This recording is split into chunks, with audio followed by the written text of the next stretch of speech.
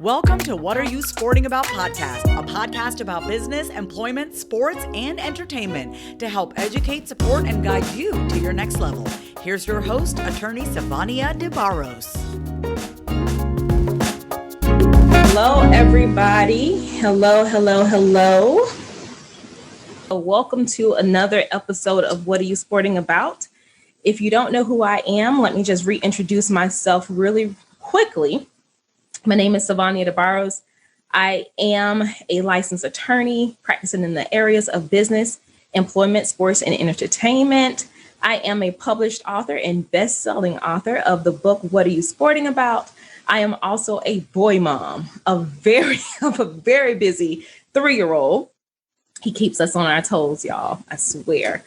I am a creator. There are a lot of things that I love to do. But above all, I love helping people. I love inspiring people. I love motivating people to move beyond where they are currently, to definitely take a hold of their dreams, their purpose. So I have a very great topic for you guys today. But before we jump into that, I want you to get a copy of my book, okay? Called What Are You Sporting About? On Amazon, purchase the book.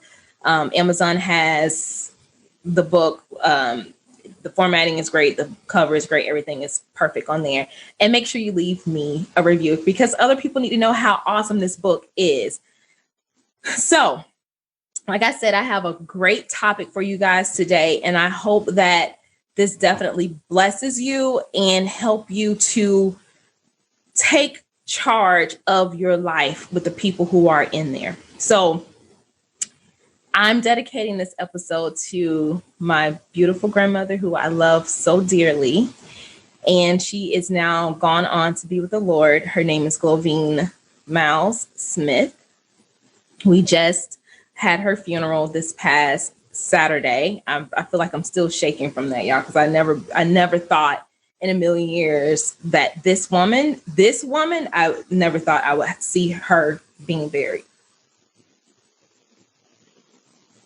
Oh, why am I showing y'all a no retail copy? Here's a better copy. Okay. 6 copies left, y'all. What are you sporting about? Go ahead to my website, get the book. I only have a few copies left of the Less Than Perfect. And after that, all I have, and we launched the hardcover. So that one's a little bit more, it's $28, but it's beautiful. I love it. So if you are the type of person who want to have a hard copy versus a paperback copy, because this is a paperback, okay? You can go online and order that as well. So, topic for today. This was good. So I need y'all to plant your ears to this. Whether you're watching this or you're driving, wherever you are, make sure you pay close attention because this is about to be fire. All right? Now, here's the topic. Voids over deficits plus deposits. Voids over deficits plus deposits. Now, I want you to write that out like an equation, because that's basically what it is. I'm not going to take all the credit for this. So let's start with voids and deficits. Voids and deficits. The way this came to me was voids versus deficits. I had an aunt who's basically my sister that shared something with me with another not great grandmother, but another grandmother who was amazing in her own right. And she introduced this issue of voids and deficits. We spoke about this issue prior to my grandmother Glovine passing away. Voids versus deficits. And it wasn't until my grandmother passed away that this entire idea of voids versus deficit truly came full circle for me. How so? All right, we're going to get into that. For me to break this down for you, I have to share a little bit of my story with you. Okay. As a young girl, And I grew up in, you can call it Archer, Jonesville, but it's all around the Gainesville area. So I grew up in Archer. I went to live with my grandmother. I think I was probably in middle school, probably around 8th grade or so. My parents divorced when I was around 10 and a half years old. From that time, my mother and I, we clashed heads. And I will say this. Prior to my 8th grade year, I was always a quiet, in my own zone, own corner type of child. In 8th grade, I lost an aunt who was the smallest thing on this world, on this planet. But let me tell you, this aunt of ours, her name was Aunt Lois. Aunt Lois was 4'11", and she had an arm on her. She always made sure that we were outside playing, whether we were doing games or just kickball or whatever. She kept us active. So Aunt Lois passed away when I was in 8th grade. And it was like all of these issues that I felt that I had dealt with around my parents being split up, around losing people who I loved. A lot of that came flooding back. And I remember around that time, I exploded because I felt like I let so much stuff just stay inside of me. Okay, so that's the beginning of where I'm going, guys, with this voice versus deficit issue. And then we'll get to the deposits. So around 8th grade, I remember always asking my mom to let me live with my dad, my biological dad. So as we move on, he will be named Bio. That's who he is, Bio. Now, prior to all of this, even when my parents were married, when I was a little girl, I was always a daddy's girl.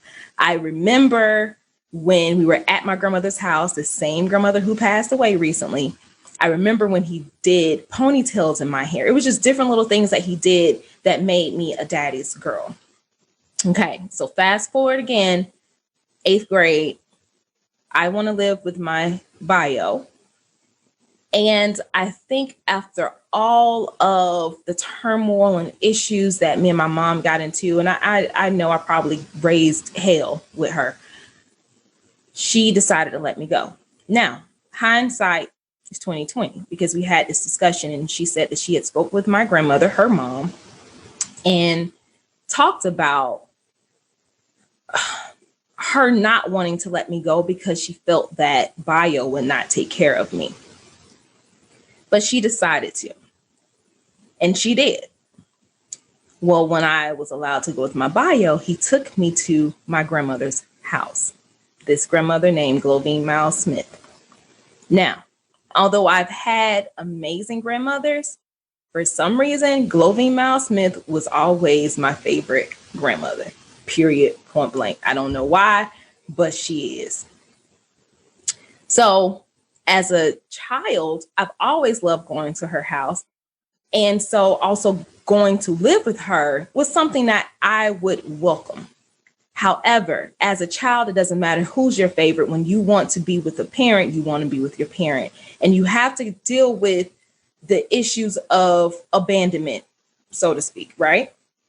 Okay, so I asked to be with my Bio. He takes me to his mother's house. Now, let me give you a little bit more context of why and how why I deemed this grandmother to be my favorite grandmother. So there's so many different things we used to do when I was a kid. I remember when she would take me to get ice cream and she'd always make it sound so much more special than what it was.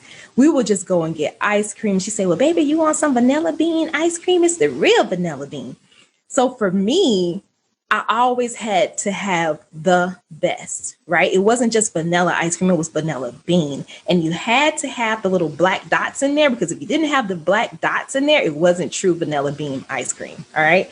So that is definitely one of the highlights of the memories I have with my grandmother, okay?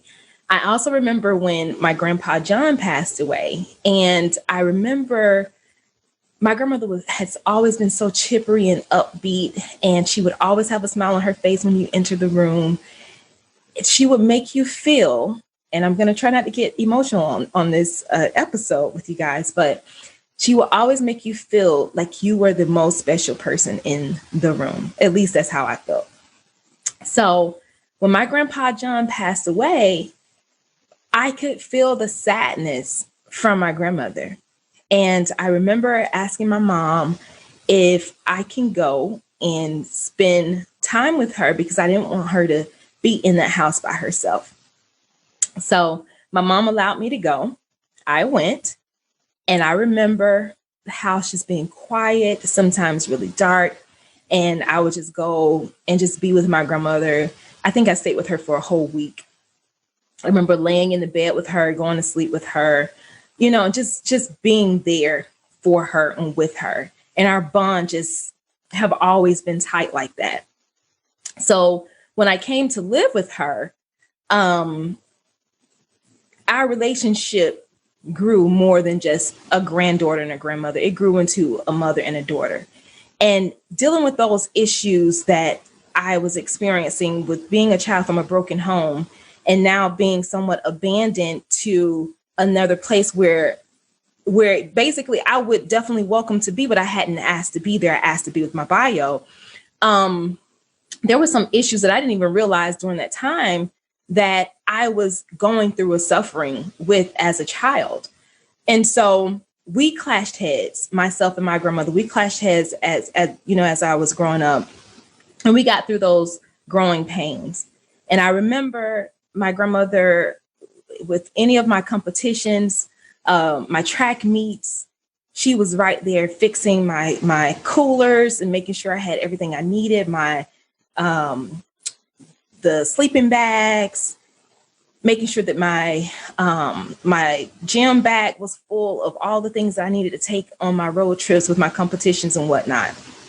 She was definitely, and she is and was definitely my cheerleader.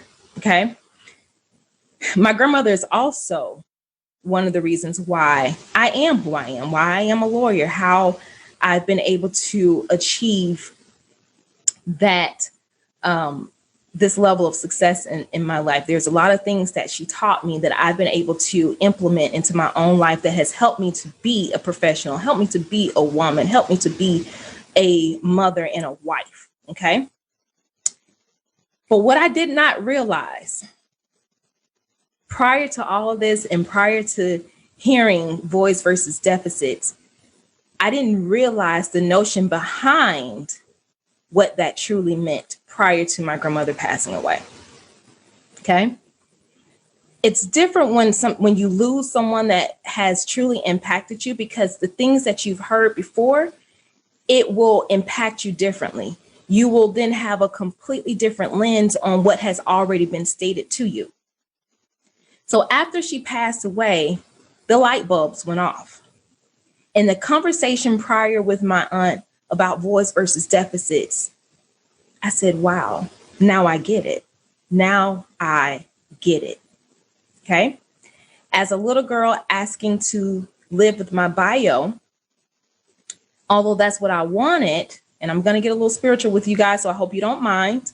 Although that's what I thought I wanted, God had already been setting up my life in the way where he knew I needed a particular and a divine angel chaperone to help me achieve the things, to achieve a greater purpose than what I thought was in me. Okay. Because we always walk around with the things that we think we want to do. And we get upset sometimes at God because we think, well, you're not allowing me to move as fast as other people, or you're not helping me to accomplish X, Y, and Z. And look at so-and-so across the yard. They got X, Y, and Z, or they're doing X, Y, and Z.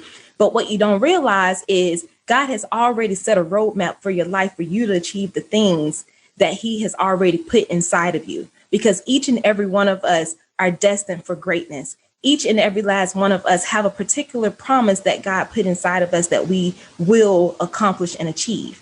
But sometimes it takes, and I'm not going to say sometimes, always, it takes somebody who God has put around us or in our lives to help chaperone us to the next level, right? And so you can probably look around to your right or your left or behind you, in front of you, about all the people who have come into your life at different stages, whether the relationship ended badly or whether it ended good, what have you. That person, those people have taught you something that has helped you to catapult to the next level. All right. So y'all stay with me now, because this is good. Voids versus deficits. The way I want you to see the formula initially is voids over deficits. It's always to have a void over a deficit. I didn't realize as a child that a lot of the things that was happening in the household where I grew up, I didn't realize them because I was children. I was a child, right? We were children. And a lot of things your parents try to shield you from. Okay. So it's only until you are an adult that you can speak freely and ask the questions that will illuminate the things that you didn't even recognize initially, right? Voids over deficits. God had set my life up on a trajectory that I didn't even know. I had no idea that he had already orchestrated everything for my good, for favor in me. All right. So how does this relate? How does voids versus deficit relate to everything that I've been saying? How does it relate? Voids over deficits. My belief is God made provisions to keep me guarded from deficits. Now, there may have been a void there, and there was for a long time, for not having a father in my life that I thought should have been there. All right. So let me back up, because we all have voids in our lives.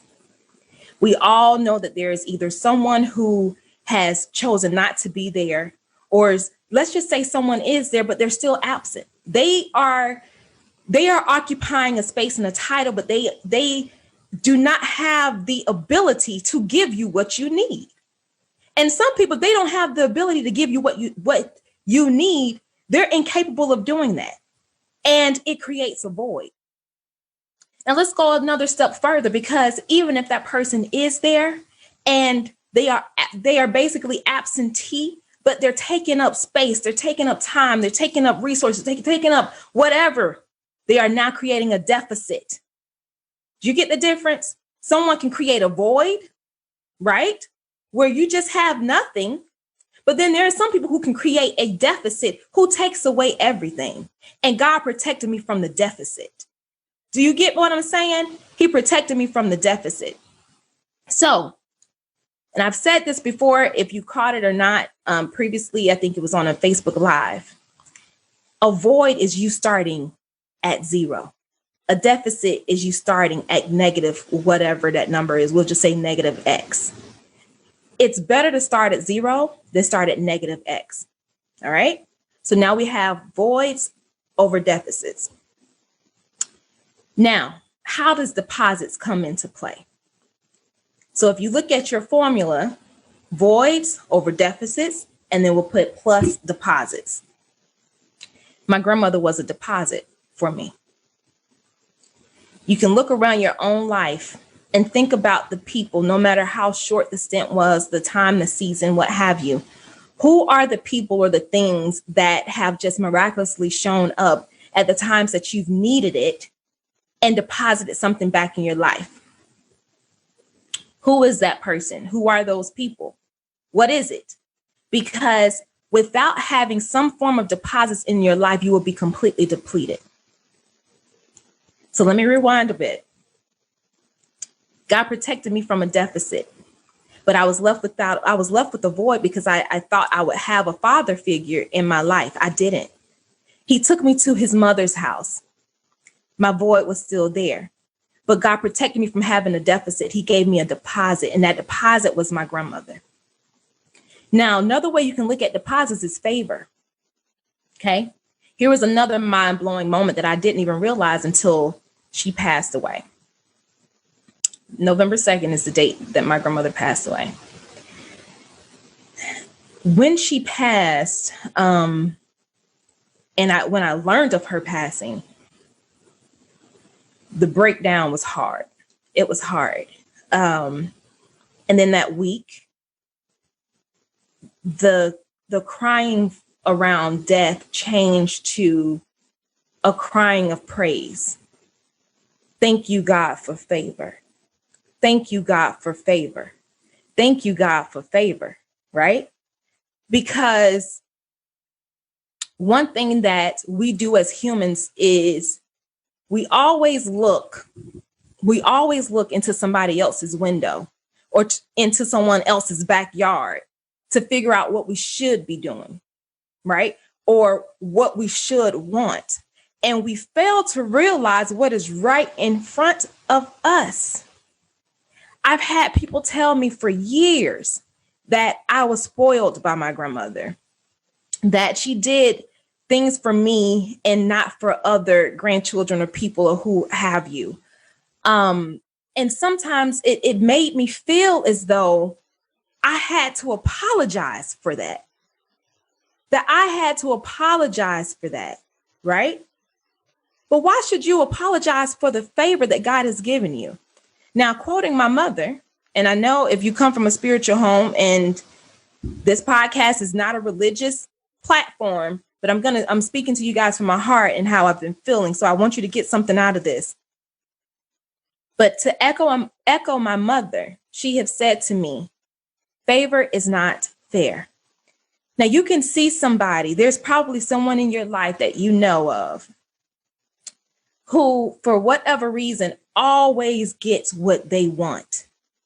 Always gets what they want, right?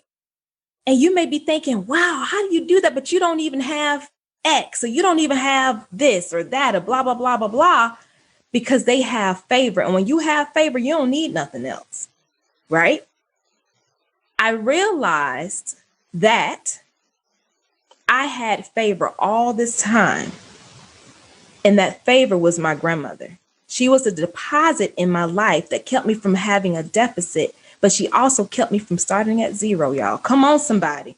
Come on.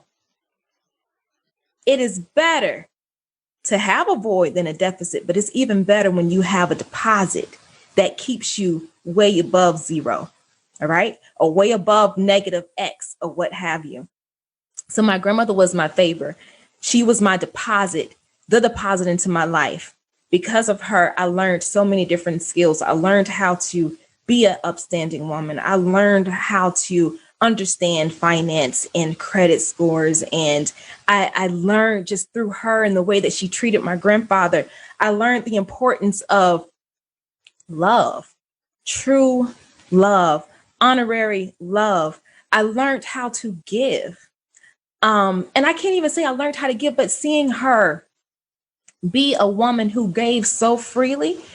And I always thought and maybe this was one thing that connected her and I so much, but I always thought, I said, man, I love giving so much to people, but maybe it's a blessing and it's a curse, because sometimes people will try to take from you. They will try to, give you a deficit to the point that you have nothing else to give. And my grandmother was a woman who just always gave and gave freely. And I find myself doing that. One of the last conversations that my grandmother and I had, like literally just conversation, me and her, nobody else in the room, was in November of 2019. And she told me, she said, you always have to help people. Help people. And I thought I did that, right?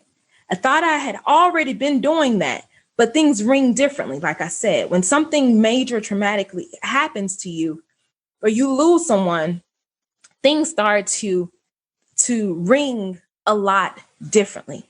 Help people.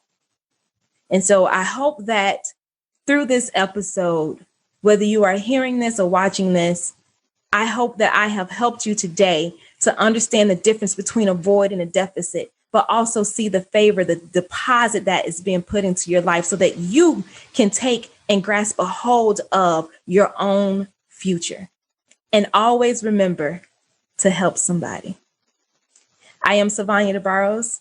It's my pleasure to speak with you, and I hope to see you again. Have a great day.